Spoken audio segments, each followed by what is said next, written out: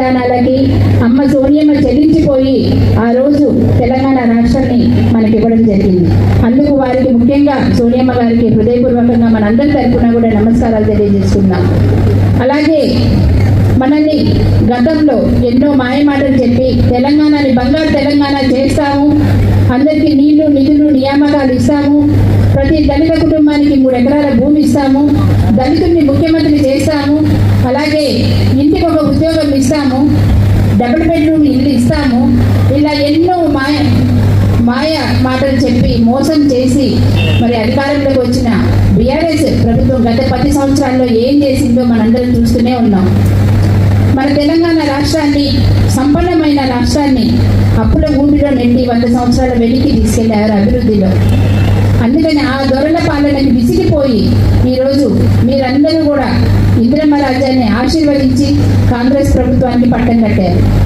ఇందులో భాగంగా మీ అందరి రుణం తీర్చుకునే దిశగా ఎన్నికల మేనిఫెస్టోలో ఏవైతే హామీలు ఇచ్చామో అదే రాహుల్ గాంధీ గారి మార్గనిర్దేశకత్వంలో మన సీఎం రేవంత్ రెడ్డి గారు ముందడుగు వేస్తూ ఎన్నో అభివృద్ధి పథకాలు రోజుకి 18 గంటలు శ్రమిస్తూ ఆయన నిరంతరం పేద ప్రజల సంక్షేమానికే ఆలోచిస్తూ మన జిల్లా మంత్రివర్యులైన తుమ్మల నాగేశ్వరరావు గారు, పొంగులేటి శ్రీనివాసరెడ్డి గారు, మన ఉప ముఖ్యమంత్రి వర్యులు బట్టి విక్రమార్క గారి సలహాలు సహాయాలతోటి ఈరోజు ఎన్నో సంక్షేమ పథకాలు అమలు చేయడం జరుగుతూ ఉంది. మీ అందరికీ తెలుసు మరి మన మేనిఫెస్టోలో పెట్టిన హామీలే కాకుండా 6 గ్యారెంటీలే కాకుండా మన మేనిఫెస్టోలో లేని ఎన్నో పథకాలను కూడా ఇవాళ ఇవ్వడం జరిగింది. అందులో ముఖ్యంగా సన్న బియ్యం పథకం కానీ, ప్రతి ఒక్కరికి కూడా రేషన్ షాపు ద్వారా మనిషికి 6 కిలోల చొప్పున సన్న బియ్యం వస్తుంది. బయట కొనాలంటే మనకు ఆ సన్న బియ్యము కేజీ 60 రూపాయల దాకా ఉంటుంది. అంటే ఒక్కొక్కరికి 360 రూపాయలు నెలకు లబ్ధి చేకూరుతుంది. అలాగే గృహజ్యోతి కింద ప్రతి ఇంటికి కూడా 200 యూనిట్ల కరెంటు అయితే కనుక వాళ్ళకి ఫ్రీ ఉంటుంది. దాని ద్వారా 500 నుంచి 1000 రూపాయల వరకు కూడా లబ్ధి చేకూరుతుంది. అలాగే గ్యాస్ సబ్సిడీ వస్తుంది. అలాగే ఆరోగ్యశ్రీ కూడా 10 లక్షలకు పెంచడం జరిగింది. ఎవరైనా ఆరోగ్యశ్రీ రాకపోతే కనుక సీఎం రిలీఫ్ ఫండ్ చెక్స్ ఇవ్వడం కానీ, ఎల్ఓసి ద్వారా నిమ్స్ హాస్పిటల్ ఉచితంగా ఆపరేషన్స్ చేయించడం కానీ, ఇలాంటి ఎన్నో చేసుకుంటూ వస్తున్నాం. ఇవే కాకుండా వాళ్ళు పెండింగ్లో పెట్టిన ప్రతి ఒక్క పథకాన్ని కూడా మనమే డబ్బులు శాంక్షన్ చేసి వాళ్ళ పనులన్నీ కూడా మంజూరు చేయించడం జరిగింది. అలాగే వాళ్ళు నీళ్లు ఇస్తామని చెప్పేసి 1,00,000 ఎకరాలకి సాగులోకి తెస్తామని ఎన్నో మాయమాటలు చెప్పి 1,00,000 కోట్లు ఖర్చు పెట్టేసి కాళేశ్వరం కట్టారు. అది 3 సంవత్సరాల్లోనే కూలింది. 1 ఎకరానికి కూడా నీళ్ళు రాలేదు. ఇలా మన సీతారామ ప్రాజెక్టుని అటకెక్కించారు. మన మంత్రివర్యులు తుమ్మల నాగేశ్వరరావు గారు వచ్చిన వెంటనే ఆయన అపర భగీరథుడు.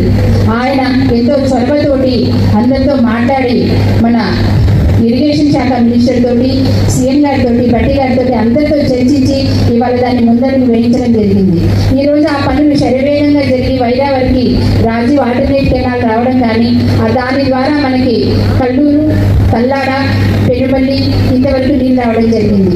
అలాగే యాదాలకుంట టన్నల్ ఆ రైతులకు కూడా నష్టపరిహారం ఇప్పించి ఆ పనులు కూడా శరవేగంగా పూర్తవుతున్నాయి. ఈ సంవత్సరం ఆఖరికి అవి కూడా పూర్తయితే మన సత్తుపల్లి మండలానికి, వేంచూరు మండలం కూడా ఎంతో సస్యశ్యామలం అవుతాయి. అలాగే నేషనల్ గ్రీన్ ఫీల్డ్ హైవే కూడా 3 ఎగ్జిట్లు మంజూరు చేయించిన ఘనత మన తుమ్మల గారిది. అంతేకాకుండా మనకి విద్య మీద ఎక్కువగా ఫోకస్ పెట్టి ప్రతి స్కూల్ ప్రారంభోత్సవం రోజునే పిల్లలకి పాఠ్య పుస్తకాలు, నోట్ పుస్తకాలు కూడా ఇవాళ ఇవ్వడం జరుగుతూ ఉంది. పిల్లలకు కూడా హాస్టల్ పిల్లలకి మెస్ ఛార్జీలు 40%, కాస్మెటిక్ ఛార్జీలు 200% పెంచడం జరిగింది. అలాగే ఈ సంవత్సర కాలంలోనే 60,000 ఉద్యోగాలు ఇవ్వడం జరిగింది.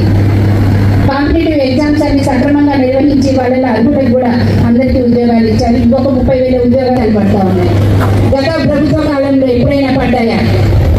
ఎప్పుడైనా ఒక గవర్నమెంట్ ఉద్యోగం వచ్చిందా? ఒకరికైనా ఇందిరమ్మ ఇల్లు వచ్చిందా? ఏ ఊరికి పోయినా మన గతంలో ఇచ్చిన ఇందిరమ్మ ఇల్లు తప్ప ఇల్లు మాత్రం ఇచ్చారు.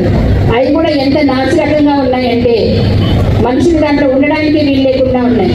చాలా చోట్ల వర్షం పడితే వాళ్ళు బిక్కుమంటూ ఉన్నారు. డ్రైనేజీ లేవు, రోడ్లు లేవు, లైట్లు లేవు. ఇలా ఏ సౌకర్యం లేకుండా వాళ్ళు అరకొర వసతులతో వాళ్ళ డబుల్ బెడ్రూమ్ వాళ్ళు అప్పుడు మంజూరు చేశారు. అది మన ప్రభుత్వం వచ్చిన తర్వాత సీఎం రేవంత్ రెడ్డి గారు, పొంగులేటి శ్రీనివాసరెడ్డి గారు ఎంతో ఆలోచించి మన తుమ్మల నాగేశ్వరరావు గారి సలహాలతోటి ఎంతో అధికారులతో ఎంతో పకడ్బందీగా ఒక యాప్ తయారు చేసి ఇందిరమ్మ యాప్ ఇవాళ మనకి ఫస్ట్ విడతలోనే నియోజకవర్గానికి 3,500 ఇల్లు ఇవ్వడం జరుగుతూ ఉంది.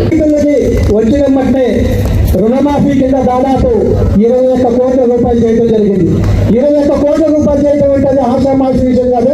తుమ్మల గారు దాని ప్రకారం చేయలేదు.